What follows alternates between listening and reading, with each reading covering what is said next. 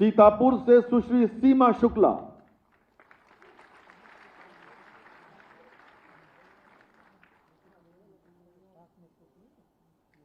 सीतापुर से ही सुश्री हेमलता राज,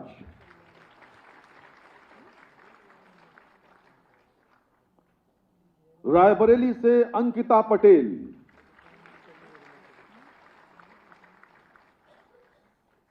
आगरा से नेहा टेंगुरिया,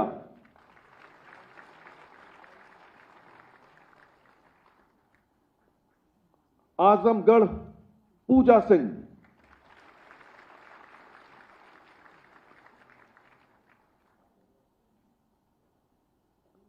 और अब फार्मासिस्ट शामली के नितिन कुमार,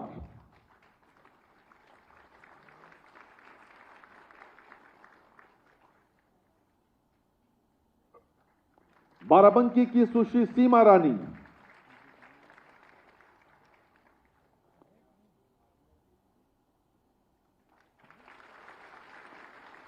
और मैनपुरी के विकास कुमार।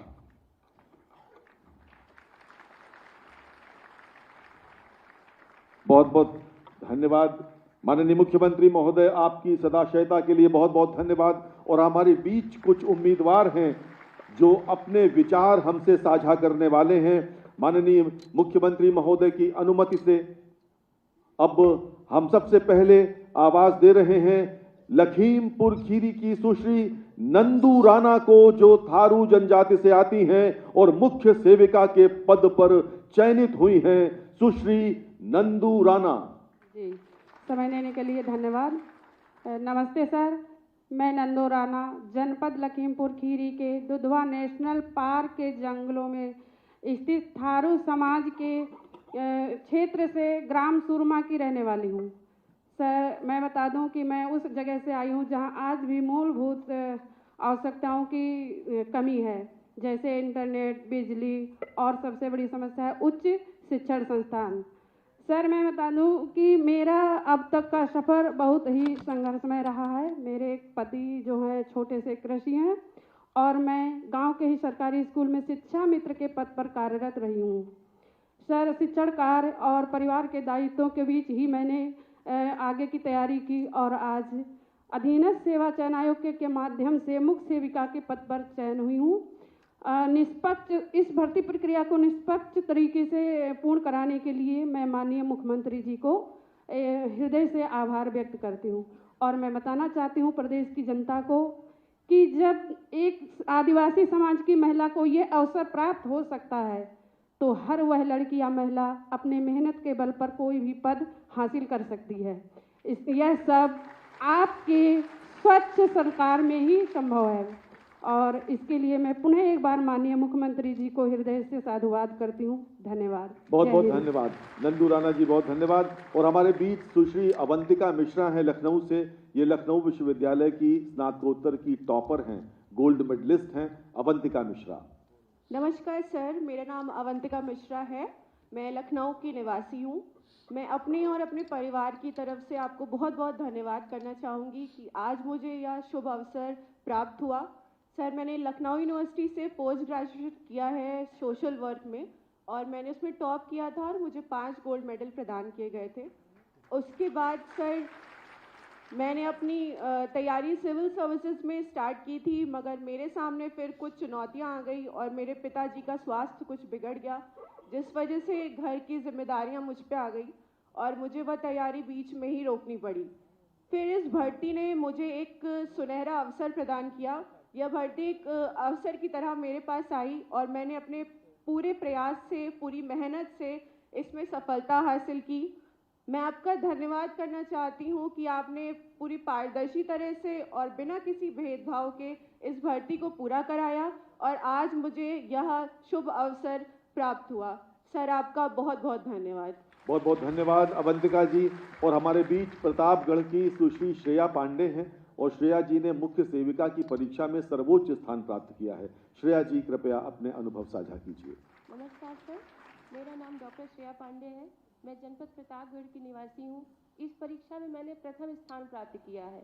यदि यह परीक्षा सुचितापूर्ण तरीके से संपन्न ना कराई गई होती तो हम जैसे लोगों के लिए संभव ना हो पाता। मैंने परास्नातक के पश्चात जेआरएफ की परीक्षा को उत्तीर्ण करके अपनी डॉक्टरेट की उपाधि को हासिल किया है। यह विज्ञापन मेरे जीवन में रोशनी की किरण लेकर आया है, जिसमें मुझे यह यकीन था अगर मैं अपना 100% दूंगी तो निश्चय है अपने लिए एक सीट को प्राप्त कर सकती हूं। और यह विश्वास था मुझे अपने माननीय मुख्यमंत्री जी पर और अपनी सरकार पर, जिन्होंने सुचितापूर्ण तरीके से इस परीक्षा को संपन्न कराया तथा मेरे सपने को साकार किया, जिसका परिणाम यह हुआ कि अपने पारिवारिक जिम्मेदारियों का निर्वहन करते हुए मैंने इस परीक्षा में प्रथम स्थान को प्राप्त किया है। इसके लिए मैं मुख्यमंत्री जी का हृदय से आभार व्यक्त करती हूँ। धन्यवाद सर।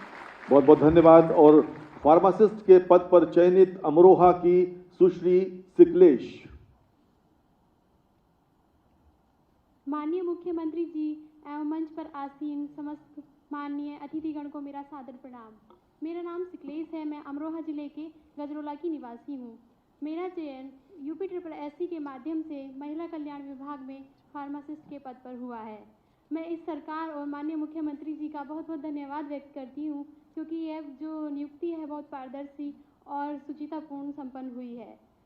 मैं अपने पद की गरिमा को रखते हुए अपने कर्तव्य का पालन पूर्ण निष्ठा, ईमानदारी और सेवा भाव के साथ करूंगी।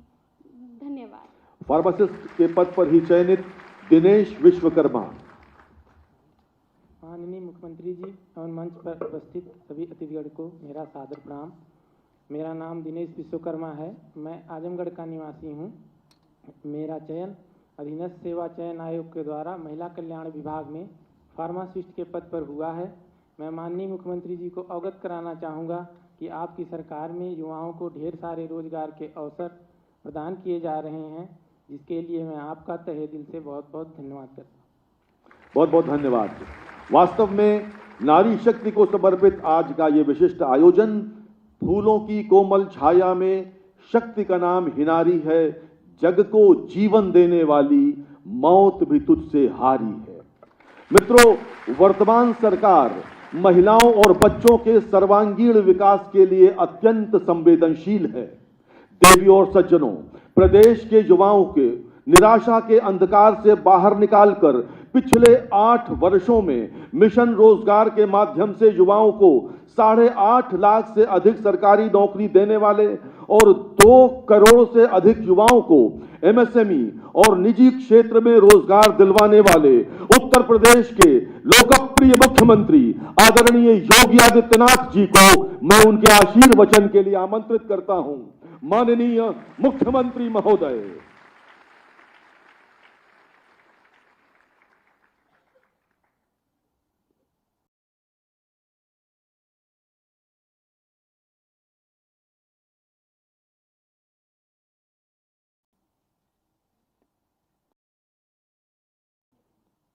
महिला और बाल विकास विभाग के तत्वाधान में आयोजित प्रदेश के नवचयनित मुख्य सेविकाओं और फार्मासिस्टों के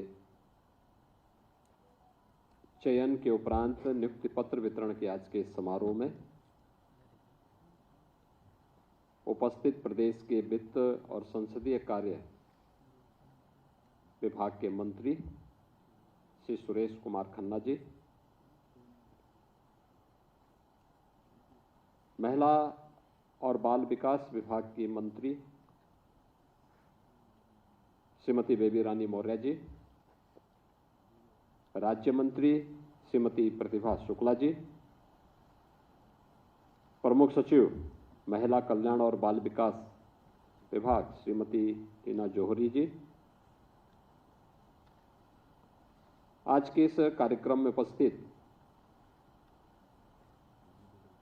सभी नवचयनित मुख्य सेविकाएं, फार्मासिस्टगण और प्रदेश के सभी 75 जनपदों में जहां पर ये नियुक्ति पत्र वितरण के कार्यक्रम हो रहे हैं, उन सभी स्थलों पर उपस्थित प्रदेश सरकार के हमारे सभी मंत्रीगण, सभी जनप्रतिनिधिगण और नियुक्ति पत्र प्राप्त करने वाले सभी अभ्यर्थीगण और उपस्थित बहनों और भाइयों, 2438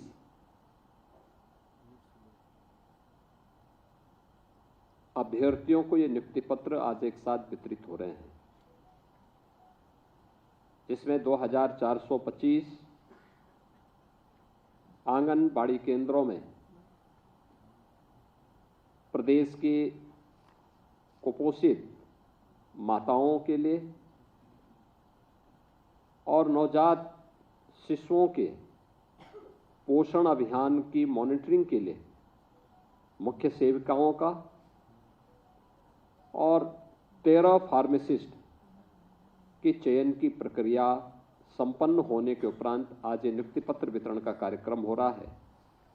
मैं सबसे पहले जो प्रदेश भर की बेटियों को यह अवसर प्राप्त हो रहा है, उन सबको, उनके परिवार के सभी सदस्यों को इस चयन की प्रक्रिया में सफलतापूर्वक नियुक्ति पत्र वितरण होने के इस अवसर पर प्रदेश सरकार की ओर से हृदय से बधाई देता हूं और अधीनस्थ सेवा चयन आयोग को इस पूरी प्रक्रिया को निष्पक्ष, पारदर्शी और शासन की मंशा के अनुरूप करने के लिए हृदय से धन्यवाद भी करता हूं। वास्तव में हर एक युवा के मन में एक सपना होता है और उस सपने को प्राप्त करने के लिए वह अपने स्तर पर प्रयास करता है, एक स्वस्थ प्रतिस्पर्धा को आगे बढ़ाने का काम करता है। उस युवा के सपने को मंच देने का काम किसी भी लोकप्रिय सरकार को करना चाहिए। इस सरकार का दायित्व होता है, युवा प्रतिभाशाली होता है, ऊर्जा से भरपूर होता है, उसको सही दिशा मिल सके, वह राष्ट्र निर्माण की प्रवर्तमान अभियान का हिस्सा बन सके, यह किसी भी सरकार की जिम्मेदारी बननी चाहिए। लेकिन जब वही युवा भेदभाव का शिकार होता है, बेईमानी और भ्रष्टाचार की भेड़ चढ़ता है, ये क्षति केवल एक युवा की नहीं होती, राष्ट्रीय क्षति होती है। राष्ट्र उस प्रतिभा से वंचित होता है, पीढ़ियां उस प्रतिभा से वंचित होकर के, कुंठित होकर के निराशा और हताशा की ओर जाती है। दुर्भाग्य से लगभग 2 दशक तक उत्तर प्रदेश एक लंबे समय किस हताशा, निराशा के जाल में फंस करके पूरी तरह अंधकार के युग में जा चुका था। 2017 के पहले यही होता था, नियुक्ति नहीं हो पाती थी। अगर नियुक्ति कहीं से आ भी गई तो उसमें बंदर बांट होता था। बेईमानी और भ्रष्टाचार इस कदर में होती थी कि योग्यता के आधार पर किसी भी युवा को उसका चयन नहीं मिल पाता था। परिणाम होता था, न्यायालय को हस्तक्षेप करना होता था और उसके बाद फिर ये मामले आगे बढ़ते थे। परिणाम क्या रहा? उत्तर प्रदेश की नियति हो गई थी बीमारू राज्य बनने की।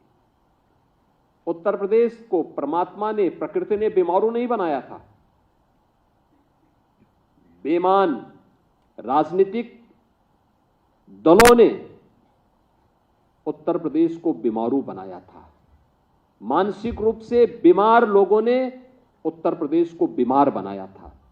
यह उत्तर प्रदेश अपनी प्रकृति से और प्राकृतिक संसाधनों से दुनिया का सबसे समृद्ध प्रदेशों में से गिना जाता है, लेकिन यहां की बीमार मानसिकता की राजनीतिक दलों ने, सत्ताधारी दलों ने उत्तर प्रदेश को बीमारू राज्य की श्रेणी में ला करके खड़ा कर दिया था।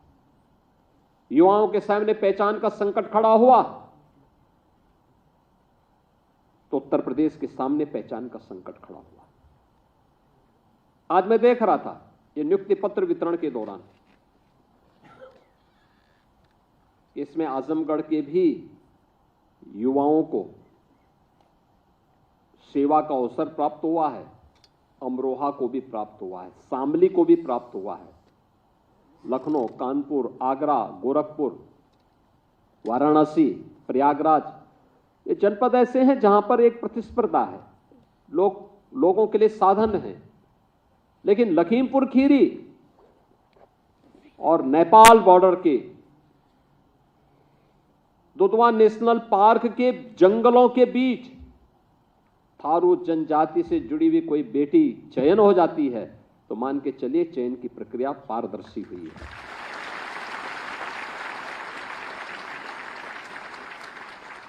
चयन की प्रक्रिया में अगर सुदूर किसी आजमगढ़ से, किसी अमरोहा से, किसी बिजनौर से, किसी शामली से, किसी ललितपुर से, किसी जालौन से, किसी सोनभद्र से अगर किसी बेटी का चयन होता है तो हम मान करके चलते हैं कि चयन की प्रक्रिया निष्पक्ष हुई है, पारदर्शी हुई है, क्योंकि प्रतिभा वहां पर भी है। और इस पूरी चयन की प्रक्रिया में आपने इन सब बातों को देखा होगा। नियुक्ति की प्रक्रिया के दौरान भी मैं देख रहा था, और एक नहीं, मैं तो अभी जो सूची मेरे सामने है इस सूची को मैं देख रहा था, 2-2 थारू बेटियों का चयन हुआ है। यानी जिन तक नौकरी नहीं पहुंच पाती थी, जिन तक योजनाएं नहीं पहुंच पाई थी, आज उन तक नौकरी पहुंच रही है।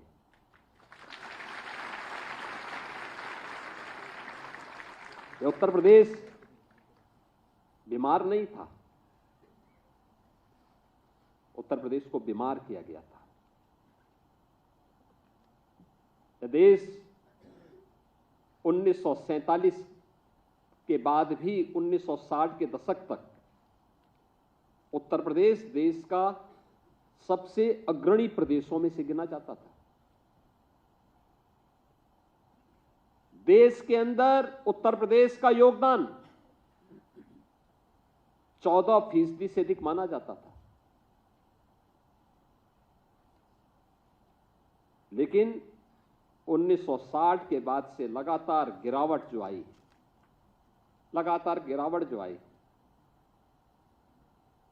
1990 के बाद लगातार इसमें और तीव्रता के साथ ये गिरावट आती गई, और 2017 आते आते उत्तर प्रदेश का देश के विकास में योगदान 8% से भी कम हो गया था।